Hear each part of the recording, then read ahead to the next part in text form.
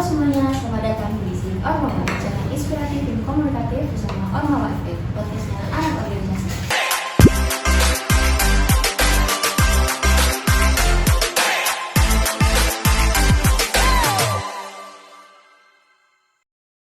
Bersama aku, Revita Putri Jana, selaku host podcast pada episode kali ini. Nah, sebelum itu aku mau menjelaskan apa itu bisik Ormawa. Jadi bisik Ormawa adalah informasi dan diskusi tentang berbagai aspek Ormawa yang bisa dibahas secara menarik dan juga interaktif. Nah, seperti bisik Ormawa pada episode sebelumnya, bisik Ormawa selalu mendatangkan narasumber yang pastinya dapat menginspirasi kita semua. Nah, aku di sini gak sendirian nih. Di sebelahku udah ada Kak Endri. Boleh kan Kak Endri kenalan sama teman-teman podcast yang lagi nonton saat ini? Halo semuanya, kenalin aku Endri Ahmadani dari jurusan Ekonomi Pembangunan Angkatan 2022 dan sekarang diamanahin selaku Ketua Umum IIT Ekonomi periode 2024. Halo Kak Endri, salam kenal ya Kak. Oke, selamat datang juga Kak di Bisik Ormawa. Nah, gimana nih Kak kabarnya Kak Endri hari ini? Alhamdulillah luar biasa hari ini. Nah, mungkin sebelum itu kita menanya nih Kak, kegiatan akhir ini kayaknya satu hari Kak. Apakah Endri lebih sibuk sama menyiapin program buat mendatang, atau Kak Endri lebih sibuk sama tugas-tugas yang super padat, atau nyicil aja nih Kak? Wah, sekarang mungkin lagi nyicil-nyicil tugas aja ya, dan untuk proker mungkin hampir sudah mulai berjalan semua ya untuk saat ini. Oke. Nah, kalau kita boleh flashback cerita pas waktu kalau kita boleh flashback pas Agustus kemarin kan kita baru aja penerimaan mahasiswa baru Kak, baru kedatangan keluarga baru dari Fakultas Ekonomi. Nah, mungkin mereka semua tuh masih bingung ya Kak, atau masih awam tentang informasi terkait tentang IIT Ekonomi. Boleh dong Kak dijelasin apa sih organisasi IIT Ekonomi itu, dan juga boleh dijelasin nih Kak secara singkatnya gimana? Oke, untuk organisasi IIT Ekonomi, jadi IIT Ekonomi itu Entrepreneur Team Fakultas Ekonomi Universitas Sriwijaya. Jadi di organisasi ini kami mewadahi minat dan bakat mahasiswa Fakultas Ekonomi itu di bidang perdagangan. Jadi kami benar-benar mewadahi mereka dari yang punya bisnis, dari yang sudah punya bisnis. Jadi kami benar-benar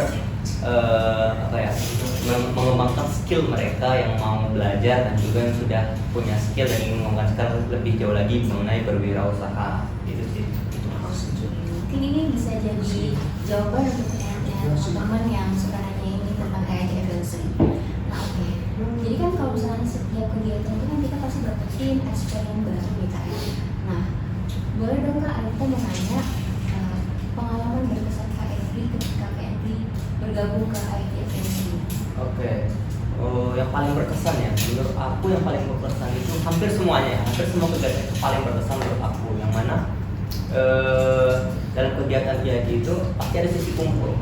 Nah, dalam prokeran juga pasti ada sisi kumpulnya. Jadi setiap sisi kumpul itu adalah sisi berkesan yang menurut aku saya sangat senang. Karena di IIT ini aku udah anggap sebagai keluarga aku, sebagai rumah aku, yang mana setiap sesi kumpul itu kami nggak hanya bahas proker, kami juga bahas mengenai apa sih masalah-masalah kalian, apa sih masalah dalam hal kuliah, dalam hal mungkin bahas tentang dosen atau mungkin curhat-curhat seperti itu. Jadi kami nggak hanya bahas tentang proker, setiap kumpul itu pasti ada aja yang kami bahas untuk masalah kumpul. Jadi kalau ditanya paling berkesan adalah sesi kumpul-kumpul dari setiap anggota IIT itu adalah sesi yang paling berkesan menurut aku. Benar banget ya Kak. Oke Kak, dari segala banyaknya Ormawa yang ada di FOMC ini, kenapa sih Kakak tertarik ke IIT FOMC Kak? Oke, pertanyaannya bagus ya. Kenapa saya tertarik ke IIT FOMC? Ini menyangkut latar belakang aku ya, yang mana latar belakang aku seorang wirausaha muda. Dari kecil aku sudah dilatih untuk menjadi wirausaha, di mana dulu keluarga aku itu sangat-sangat benar-benar ada masalah ya. Dan wirausaha ini adalah salah satu kunci pemasukan perekonomian keluarga aku ya. Jadi dari wirausaha ini benar-benar membantu perekonomian keluarga aku. Jadi aku dari kecil itu benar-benar dilatih gimana kerasnya hidup, gimana berjualan sana sini untuk mencukupi keluarga aku kemarin ya. Dan di wirausaha ini juga aku sudah dapat pengalaman baru, kayak gimana caranya bertemu dengan konsumen, gimana caranya menegosiasi seperti itu. Nah, kenapa aku pilih IIT Unsri yang tadi pertanyaan di awal oleh kita? Karena selain aku ingin berbagi pengalaman yang aku dapatin selama aku kecil, aku juga pengen mengembangkan hal baru lagi. Aku suka mengembangkan hal baru yang mana di IT ini adalah salah satu tempat aku belajar hal baru seperti wirausaha. Karena kan saya sudah punya pengalaman, tapi aku ingin mempelajari hal baru dan juga ingin berbagi pengalaman aku bersama anggota-anggota IT yang lainnya, seperti itu sih. Berarti kewirausahaan itu juga jadi sejarah banget ya bagi kehidupan Kak Henry. Iya, benar banget. Oke, nah kan Kak Henry ini adalah ketua umum dari AID FMC ya Kak. Jadi itu mengenai apa sih Kak memacu Kakak untuk ini menjadi sebuah pemimpin organisasi AID FMC ini? Oke, alasan aku kenapa ingin jadi pemimpin, pertama aku orangnya suka berkembang. Karena aku ngelihat teman-teman aku tuh kalau ikut organisasi itu cuma sebatas dari anggota. Jadi kalau dia sudah jadi anggota, semester depan pasti dia berhenti, nggak ada mau melanjutin untuk menjadi yang pangkatnya lebih tinggi. Jadi aku tuh udah targetin gimana caranya aku bisa berkembang di sini. Dulu aku kan sebagai anggota biasa, jadi aku kalau bisa target aku minimal itu menjadi BPH, itu target aku. Kemudian pada saat pendemisioneran IITB Unsri, pada saat sebelum pemilihan ketua umum yang baru IITB Unsri, saya sudah ditawarin di organisasi sebelah untuk menjadi BPH lagi, tapi saya tolak. Kenapa? Karena saya sudah menjadi BPH sebelumnya, jadi saya nggak mau kayak menerima hal yang serupa gitu. Jadi aku mau tantangan baru, aku mau mencoba hal yang baru. Jadi kalau bisa minimal aku menjadi wakil ketua seperti itu. Dan alhamdulillah pada saat pemilihan ketua umum aku terpilih menjadi ketua umum IITB Unsri. Bener banget ya Henry. Oke deh Kak, kalau misalkan mau ngomong nih Kak, IT ini tuh ada nggak sih Kak mega prokernya? Kalaupun ada itu udah berlalu atau coming soon Kak? Oke, proker besar ya. Untuk proker besar alhamdulillah sudah terjalan ya. Dan baru-baru banget sudah terjalan itu acara ISCTX ICE, yang mana itu acara pelatihan pembuatan proposal PMW, PDWM sama PKMK. Itu acaranya sudah terjalan di 11 September kemarin dan alhamdulillah banyak peserta yang antusias untuk ikut. Alasannya kenapa proker ini besar, kenapa proker ini kami targetin untuk bisa banyak peserta yang datang, karena proker ini benar-benar proker yang baru tahun ini dijalanin, karena tahun sebelumnya itu belum ada. Jadi alasan kami ingin menjalankan proker ini, kami melihat banyak potensi yang bisa kami ambil, kayak misalkan PMW, PDWM sama PKMK itu sebenarnya ranahnya ekonomi. Cuman di tahun kemarin itu banyak fakultas lain seperti fakultas MIPA itu banyak mereka yang lulus. Padahal ini ranahnya ekonomi loh, tapi nggak ada dari ekonomi itu yang lulus. Kayak misalkan PDWM itu nggak ada yang lulus dari ekonomi, apalagi PKMK. Cuma ada PMW, karena PMW itu seleksinya sebatas universitas. Kalau PDWM sama PKMK itu seleksinya itu satu Indonesia, satu universitas yang ada di Indonesia. Jadi seleksinya lebih ketat.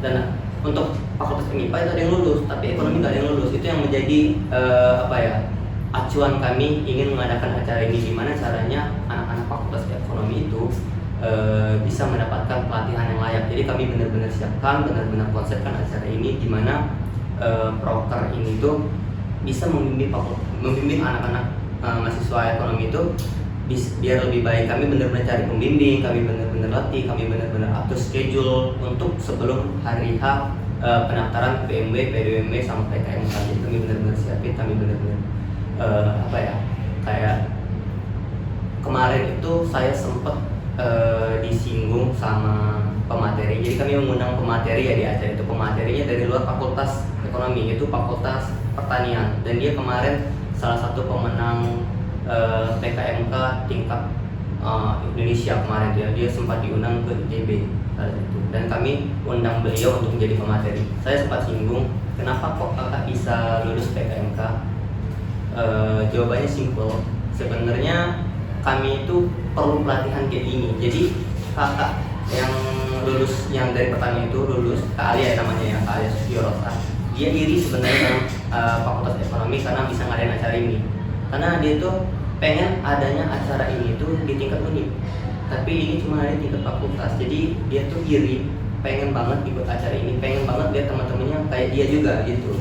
Jadi Makanya kami sangat bangga banget sama acara itu, yang mana acara itu benar-benar harusnya di tingkat univ, tapi di Fakultas Ekonomi itu sudah ada sebelumnya. Jadi kalau bisa untuk tahun depan itu kami saranin untuk UKM WMS. Untuk WMS itu kan tingkat univ, organisasi tingkat univ di bidang kewirausahaan. Jadi kami bakal saranin acara ini untuk ngadain di tingkat univ, mungkin untuk di tahun depan seperti itu. Jadi ini saya perdana Ya. saya program kan? Iya. Iya Kak ya. Benar. Nah, kalau misalkan ngomong tentang ini Kak, mungkin teman-teman sekalian juga pada nanya nih Kak, apa sih Kak makna dari logo EIT FMC ini? Dan kalaupun ada, itu idenya dari Kak Endrinya langsung atau itu dari kakak tingkat sebelumnya? Oke, sebenarnya logo ini warisan ya, warisan dari kepengurusan sebelumnya, itu kepengurusan awal. Jadi aku sempat singgung juga, ini sebenarnya maknanya apa logo ini kan. Jadi kalau teman-teman lihat di logo IIC itu ada tulisan brave, kreatif sama unik. Nah itu sebenarnya 3 syarat utama seorang wirausahaan, sifat yang harus dimiliki seorang wirausahawan: brave, kreatif, dan unik. Brave artinya berani, dimana berani mengambil keputusan, berani bertanggung jawab, berani mendengarkan keluh kesah dari konsumen. Dan kreatif yang mana seorang wirausahawan itu harus bisa menciptakan produk baru, menciptakan sesuatu yang benar-benar dibutuhkan konsumen. Dan unik di sini artinya adalah bagaimana produk yang dibuat itu berbeda sama produk yang dibuat orang lain. Jadi misalkan kayak backpack, backpack kan udah banyak tuh kan. Nah, jadi gimana seorang wirausaha itu bisa unik, yang mana kita aplikasikan kayak variasi rasa, variasi bentuk, atau mungkin kayak bentuk kemasan yang lucu-lucu seperti itu sih. Dan untuk warna di logo dia itu ada navy yang saya pakai ini ya, navy, merah, sama hitam. Untuk navy itu melambangkan kebanggaan. Jadi kenapa kami ambilnya navy semua di sini? Kami melambangkan kebanggaan untuk menjadi seorang wirausahawan seperti itu. Untuk warna merah itu kami melambangkan semangat membara sebagai seorang wirausahaan. Dan untuk lambang hitam itu melambangkan ketegasan, melambangkan seorang pemimpin yang tegas gitu sih. Kalau untuk lambang kayak misalkan padi ini itu kami menceritakan kesejahteraan, karena yang sudah kusinggung juga awal kan, yang mana wirausaha ini adalah faktor pemberi, faktor perekonomian keluarga. Aku ya bisa menggendong keluarga aku waktu itu ya dalam hal ekonomi. Jadi kenapa kami lambangkan padi di sini adalah lambang kesejahteraan, karena kebanyakan wirausahawan itu sejahtera karena dari profesi ini seperti itu. Oke, menarik banget ya Kak makna dari logo EIT FMC ini. Nah, kalau misalnya kita mau nanya lagi Kak, gimana cara Kak Endri mengatasi ego Kak Endri pada saat ada struggle nih sama CP dengan BPI, BPH atau staff-staff Kakak? Itu gimana sih Kak cara Kakak mengatasi struggle tersebut? Oke, struggle ya. Karena kakak juga manusia biasa kan, pasti ada masalahnya itu bad mood. Sering sekali bad mood, yang mana mungkin ada masalah keluarga, masalah sama tugas kuliah, sama dosen, itu sering. Jadi seorang leader itu kalau bisa itu mengesampingkan ego, mengesampingkan bad mood itu. Jadi bad mood wajar, tapi kalau bisa seorang leader itu harus bisa profesional. Yang mana ketika kita bad mood, ketika apalagi mohon maaf ya, kayak nggak ada uang gitu kan, mau kemana kan seorang itu kan harus mobilitasnya tinggi kan, jadi harus kemana-mana perlu ongkos. Jadi sebisa mungkin leader itu harus bisa profesional, harus bisa cari cara agar bisa menyelesaikan suatu masalah. Kayak ketemu orang tuh kalau lagi bad mood harus bisa senyum gitu kan, harus bisa biar harmonisasi itu nggak berkurang. Kayak kalau untuk yang anggota biasa kan kalau kita rapat tuh kan ada yang ego, ada yang kayak mau hasilnya sendiri, ada yang nggak mau dengerin pendapat orang. Karena wajar, setiap orang kan pasti berbeda-beda. Jadi disinilah tugas leader. Leader itu harus bisa memahami semua karakteristik anggotanya. Setiap anggota itu pasti punya sifat yang beda-beda dalam menerima pendapat. Ada yang mau dikerasin dulu baru paham, ada yang mau dijelasin lebih lembut biar mereka paham. Jadi cara aku biar mereka sama-sama paham itu adalah benar-benar ngejelasin secara personal ke mereka.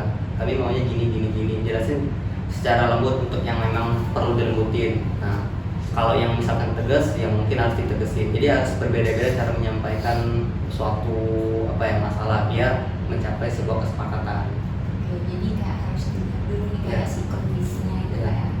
Oke, nah kalau misalnya kita nanya kak, kegiatan yang mungkin sebenarnya kan kakak nih seorang sebagai ibu itu pasti sibuk banget kak, karena kan ada juga nih kak ya. Nah, gimana cara kak Henry itu mengatasi atau nggak membagi waktu memimpin dan juga gimana cara kakak mengatur waktu untuk belajar nih? Oke, sebenarnya pertanyaannya menarik ya, karena aku sudah sempat belajar sama ketua BEM kita yang tahun lalu itu Kak Muhammad tahun 2023. Kemarin kami undang beliau sebagai pemateri di acara kepemimpinan, dan itu acara PSDM, acara dari INT.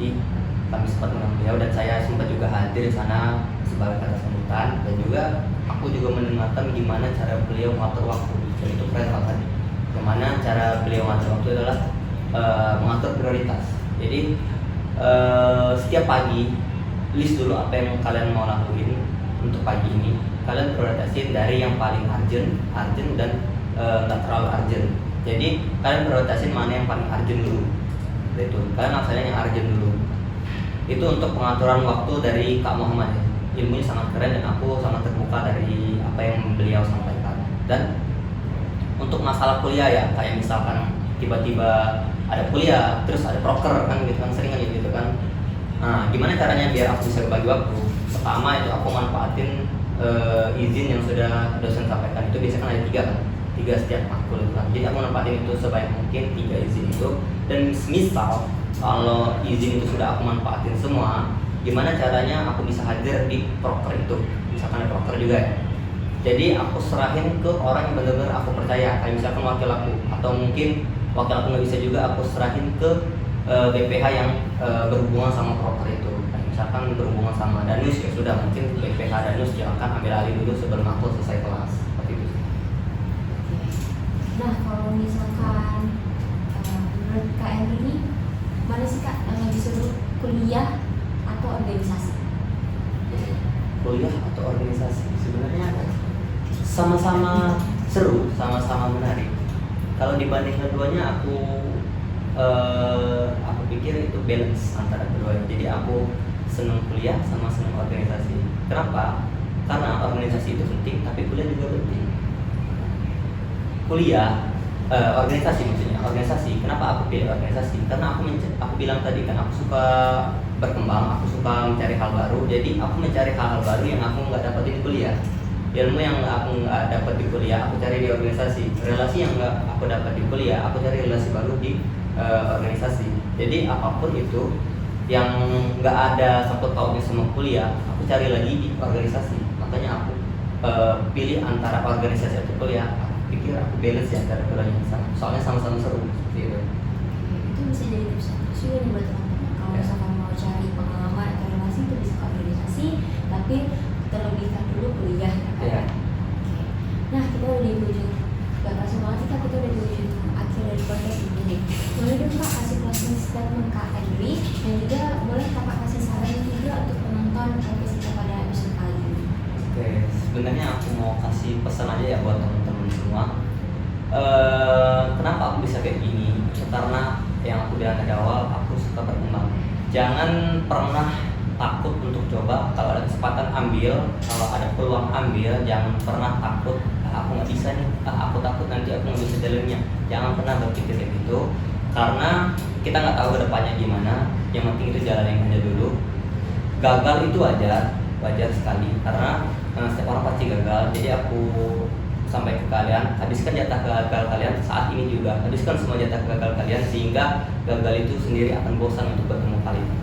Dan juga satu moto yang selalu aku bawa ya untuk saat ini adalah no sacrifice, no victory. Yang mana tidak ada pengorbanan, tidak ada kemenangan. Jadi apapun itu, mumpung kalian masih ada waktu, mumpung kalian masih masih membara ya, jiwa-jiwa membara, hati masih muda ya kan. Korbankan semua apa yang kalian punya kayak gini. Sekarang ini korbankan semua, kayak misalkan uang, tenaga, ilmu, waktu, semua harus kalian korbankan untuk mencapai sebuah kemenangan. Karena ya biasanya nggak pernah datang di awal, pasti datang di akhir. Oke kak. Nah mungkin nih kak, teman-teman podcast yang lagi nonton Bisik Awal kali ini itu mungkin bingung nih kak, atau sudah ada yang tertarik nih mengenai tentang organisasi IT Influencer ini. Nah kira-kira kapan tuh kak open recruitment IT Influencer ini? Udah buka atau belum kak? Oke, untuk open recruitment ya, kami buka secara eksklusif sebenarnya. Kami buka setiap 1 tahun sekali untuk pembukaan pendaftaran ya. Jadi untuk pendaftaran anggota baru ya tiap menteri itu di bulan Februari kalau nggak Maret, itu di semester depan. Jadi teman-teman jangan pernah lewatin kesempatan yang bilang tadi, yang pernah lewatin kesempatan, karena ya kalau kalian lewat di bulan Februari atau Maret nanti kalian bakal nunggu lagi di semester depan gitu sih. Tunggu aja ya nanti info terbarunya dari JT itu. Nah guys, jangan lupa nanti pantengin terus Instagramnya AIT FMC ya. Oke, mungkin kita cukupkan hari ini sampai sini saja kak. Terima kasih sama Kak Indri yang udah mau ngasih pengalaman dan informasi mengenai organisasi AIT FMC ini. Aku Revita Putri Jana, pamit undur diri, sampai jumpa di podcast selanjutnya. See you!